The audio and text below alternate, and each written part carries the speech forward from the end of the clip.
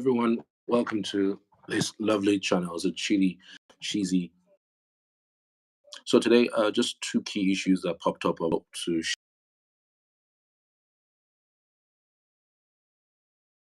details of this particular topic. The first is Peter will be, dropping some comments on Twitter. It says, "I just story from the present APC-led federal government." Saying that they inherited a bankrupt nation from their predecessor, APC administration. But the story failed to disclose what they inherited, which had qualified us his status. One major characteristic of responsible governance is transparency and strict accountability. This demands that the government disclose exactly the degree of deficits they inherited. Inherited should be disclosed to enable the public to know who we are and where we are. And where we The previous administration, APC government, made a similar claim in 2015 against the PDP administration that handed over to them without telling the nation what is actually inherited. Rather, they took our debt profile from 12.6 trillion naira in 2015 to 87 trillion naira in 2023, when they left office without improving on any indices of development, education, health, poverty eradication, and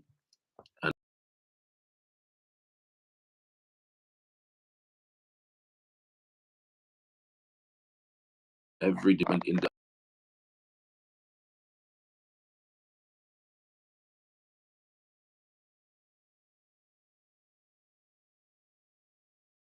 year regularly are measurable and verified steps to improve the situation.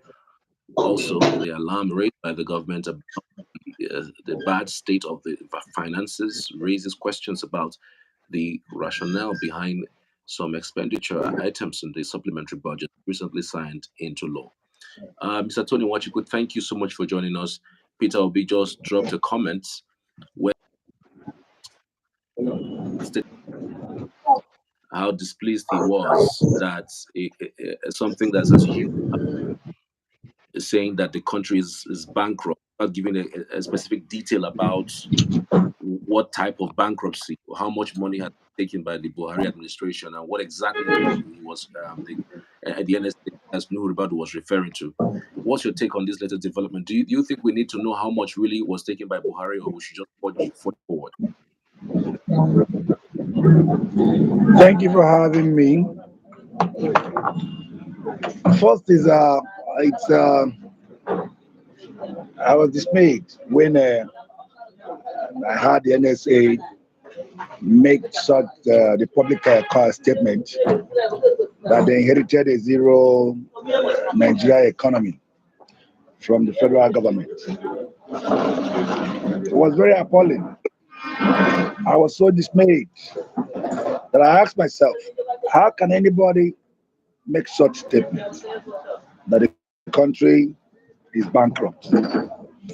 If the country is bankrupt, the meaning is that the totality of the people that form the national government should resign. That is the truth, because they are no better mechanics of the Nigerian economy. That is the truth. So I don't know what to say, but it's dismaying. It's heartbreaking. Nigerians in the past 9 years plus, under the APC federal-led federal government, have been witnessing a horrifying, economic situation. Nobody can explain this type of or the kind of economics we had. Under Buhari, we had all the technocrats. That is correct. And these technocrats could not take no Nigeria backwards or move Nigeria frontwards. All they were doing was calling money, creating inflation, and then siphoning funds. Today, another set of the same APC-led federal government is telling Nigerians that the country is bankrupt. So if it's bankrupt, so what are they doing there? Struggle and let Nigeria invite economic mechanics that will repair the economy, that will put the economy to shape. It's not going to be a one-day thing. It's not an issue of about taxing people. Tax, tax, tax. If you continue to tax without investment, you are earning income. For instance, the money, the fund that was used purchasing the National Assembly vehicles was, what do you call it? Primary healthcare, money for primary healthcare. That was in the 23 trillion naira Buhari supplementary budget. That was used for, what do you call it, to buy vehicle for National Assembly members. And I'll keep stating and saying my position.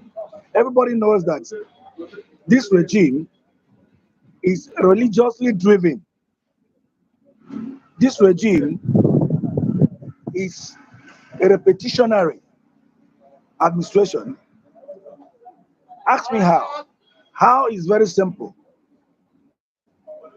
Where if whatever Abasanjo did is what this administration wish to reflect negatively.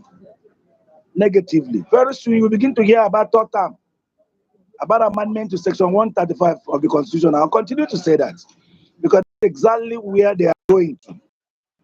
That's exactly where they And are going to. They want is somebody. there any? I No, think that, we that even is had the truth. same thing during Buhari's That is regime. truth. So they should be open. They should be open. They should be very open. They should explain to Nigerians how they got to where they are.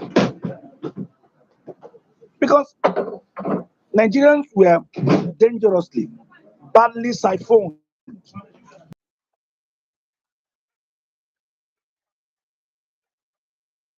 Put 15 naira in the bank without government charging that 15 naira under the Buhari regime. Now it is worst. Us to come. To come and do what? What are they coming to do? When indeed Mm. surviving is the truth. Leave. Should not resign a man. The second topic. Okay, so let's go into the second topic, the merger. The people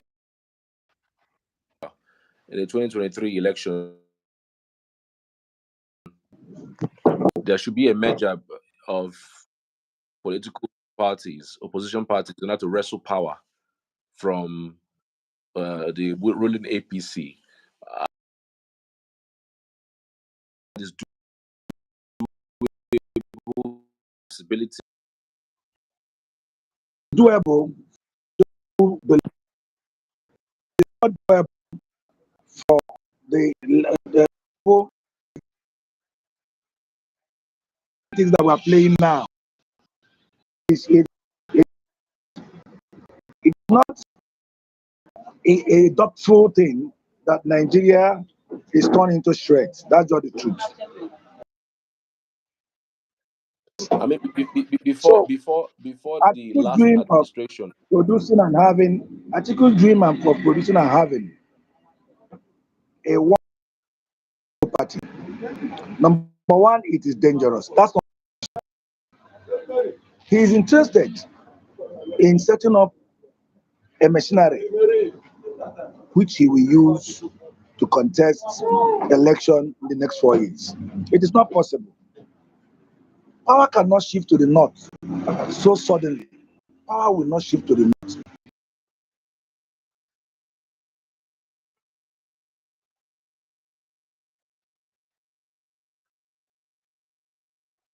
Every other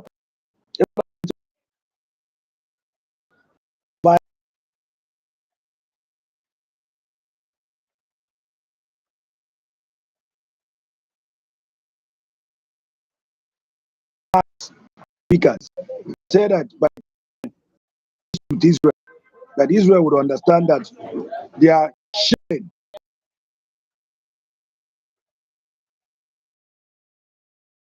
dropped.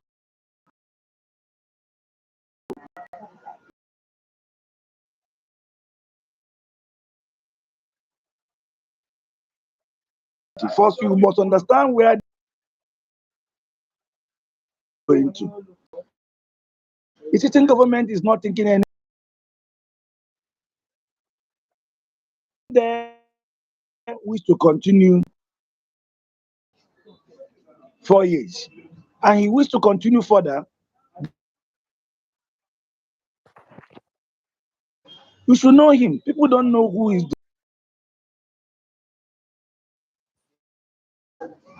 Sorry, I just mentioned who he is, but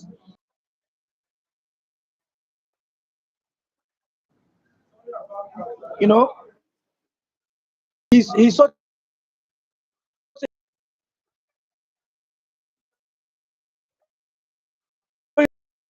He plays you to it. Obasanjo so played that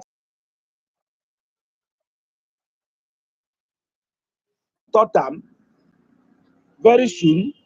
That we had the coalition of the National Assembly,